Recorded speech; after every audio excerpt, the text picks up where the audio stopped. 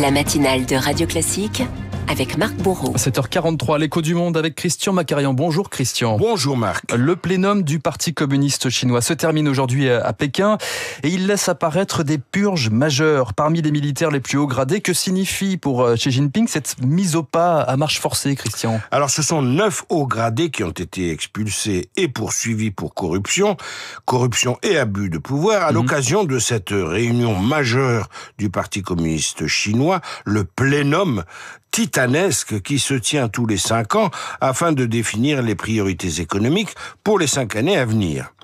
Parmi les exclus de cette année, on compte le vice-président de la commission militaire centrale, un fidèle de Xi Jinping qui lui doit toute sa carrière et qui doit endosser des accusations évidemment de corruption. Son élimination planait dans l'air depuis le défilé militaire du 3 septembre dernier sur la place Tiananmen. Mais on note aussi l'effacement de l'organigramme de 2 autres hauts responsables, l'un chargé des opérations orientales, autrement dit Taïwan, et l'autre chargé de la force des missiles, ce qui englobe évidemment l'arme nucléaire. Admettons d'emblée cette réalité. L'armée populaire de libération, l'armée chinoise, est traversée par de nombreux réseaux de trafic et de corruption sur le sinistre modèle de l'armée russe. L'armée populaire de libération est tout de même la seule armée au monde au sein de laquelle les généraux sont simultanément à leur fonction militaire des actionnaires de grands hôtels ou des chaînes de magasins.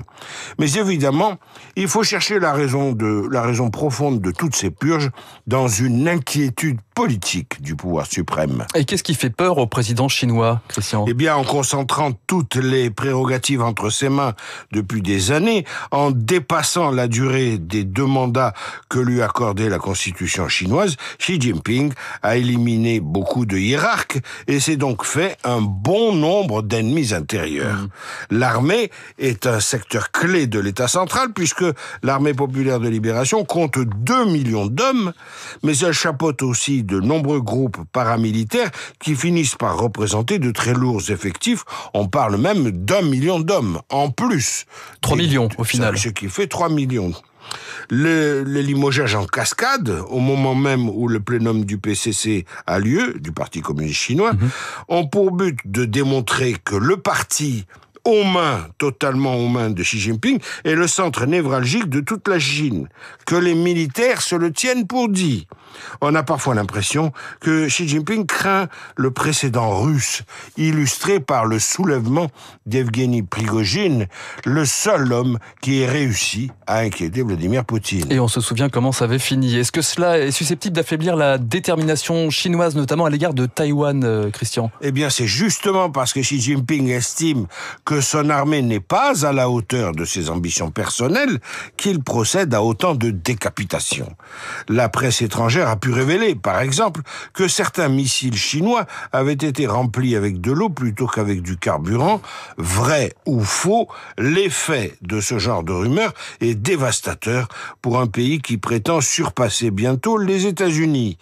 Sachant que l'empereur rouge Xi Jinping a demandé à son armée d'être prête à prendre possession de Taïwan en 2027, Xi Jinping ne peut pas tolérer le moindre relâchement. L'écho du monde avec Christian Macarian, comme chaque matin. Question, Christian, est-ce que c'était mieux avant ? Est-ce que vous trouvez que c'était mieux avant ?